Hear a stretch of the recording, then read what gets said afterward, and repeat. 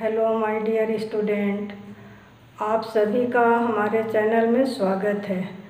आज की जो वीडियो है यह वीडियो उपसर्ग और प्रत्यय बड़ा ही इम्पोर्टेंट होने वाला है, क्योंकि उपसर्ग और प्रत्यय से चाहे वो कोई भी प्रतियोगी परीक्षा या बोर्ड की परीक्षा क्यों ना हो, उसमें से प्रश्न आता ही है।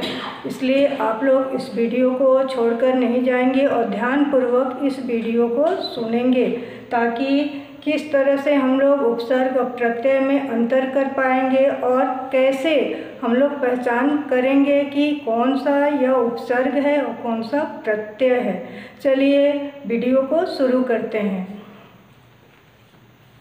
उपसर्ग जो है यह दो शब्दों के मेल से बना है, ओ प्लस सर्ग। उप का अर्थ होता है आसान,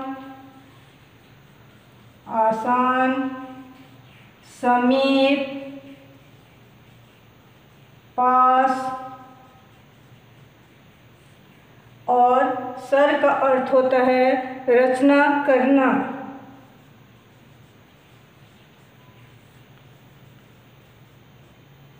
इस तरह से दो शब्दों के मेल से क्या बना है? उपसर्ग बना है। दोनों का क्या क्या अर्थ होता है क्लियर हो गया। अब उपसर्ग की परिभाषा क्या है? उपसर्ग की परिभाषा हमें यह बताता है कि वे शब्दांश से अर्थ यहाँ किससे? मूल शब्द से। शब्दांश होते हैं जो दिए गए शब्दों से पहले, जो मूल शब्द होते हैं उन मूल शब्द से पहले लगाकर मूल शब्द के अर्थ या भाव में परिवर्तित कर देते हैं, यानी अर्थ बदल देते हैं। उसे हम लोग क्या कहते हैं? उपसर्ग कहते हैं। It is clear. अब हम लोग ये देखेंगे कि कैसे हम लोग पहचान करेंगे कि ये कौन सा प्रत्यय है और कौन सा उपसर्ग है। सबसे पहले हम लोग ये देखेंगे कि व्याकरण में उपसर्ग को 3 भाग में बांटा गया है। वे 3 भाग कौन कौन से हैं? पहला है संस्कृत का। संस्कृत में 22 उपसर्ग होते हैं। दूसरा है हिंदी का। हिंदी में 13 होते हैं। उर्दू और फारसी में 19 और अंग्रेजी में इसका कोई लिमिटेशन नहीं दिया गया है। लेकिन अंग्रेजी में जैसे sub inspector, deputy inspector, chief justice, half pant, vice principal, ये सारे सब, डिप्टी, चीफ, हाफ, वाइस, ये क्या है? ये अंग्रेजी के उपसर्ग हैं। इन उपसर्गों से हम लोग क्या बनाते हैं? और शब्द बनाते हैं। तो इस तरह से उपसर्ग क्लियर हो गया कि कितने प्रकार के होते हैं उपसर्ग। उपसर्ग 3 प्रकार के होते हैं: संस्कृत के उपसर्ग, हिंदी के उपसर्ग, उर्दू और फारसी के तथा अंग्रेजी के। अब इसे हम लोग एग्जाम्पल से भी देखेंगे कि कैसे हम लोग उसे पहचान कर पाएंगे। जैसे यदि ये शब्द दिया गया है हार, तो ये हार क्या है? हमारा मूल शब्द है। जब भी परीक्षा में उपसर्ग की पहचान करने के लिए कहा जाता है तो मूल शब्द जो है वो दिया गया रहता है, और बनाने के लिए कहा जाता है तो मूल शब्द के पहले हमें उपसर्ग लगाना रहता है।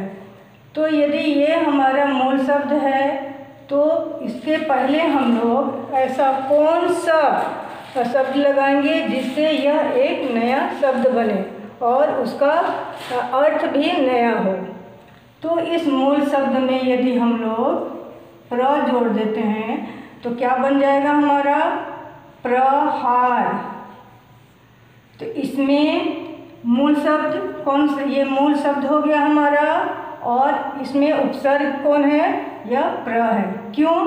क्योंकि हम लोग मूल से पहले यह शब्द लगा करके उपसर्ग बनाए हैं।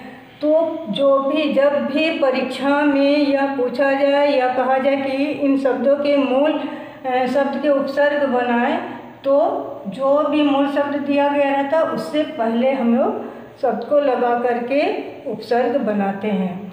तो प्रहार बना, तो प्रहार का अर्थ क्या हो जाता है? आक्रमण करना। ठीक है, ये क्या हो गया? अर्थ यहाँ बदल जाता है। It is clear now. इसी तरह से अब ये पूछा जाए कि ये यहाँ जो अतिक्रमण दिया गया है, तो इसमें उपसर्ग कौन सा है? कैसे हम लोग पहचान करेंगे? क्रमण, ये क्या है? मूल शब्द दिया गया है, इसके पहले हमें जोड़ना है। तो अतिक्रमण, अतिक्रमण, इसमें अति क्या है? ये हमारा उपसर्ग है। अधिग्रहण, ग्रहण करना, और अधि क्या हो गया हमारा? उपसर्ग। अधिकार, कार ये मूल शब्द हो गया, अधि क्या है? उपसर्ग है। अभिभावक, भावक क्या है? मूल शब्द है, उपसर्ग हमें बनाना है। तो हम ऐसे शब्द को जोड़ेंगे जो नया शब्द बनता है उस शब्द में क्या हो? वो मीनिंगफुल हो। ठीक है, तो भावक यदि मूल शब्द है और उपसर्ग बनाने के लिए दिया गया है, तो अभी हम लोग जोड़ देते हैं, तो क्या बन जाएगा? अभिभावक। अभिभावक यानी पेरेंट्स। इसी तरह से अवगत है, गत क्या है? मूल शब्द है, इसे हमको उपसर्ग बनाना है। तो अवगत।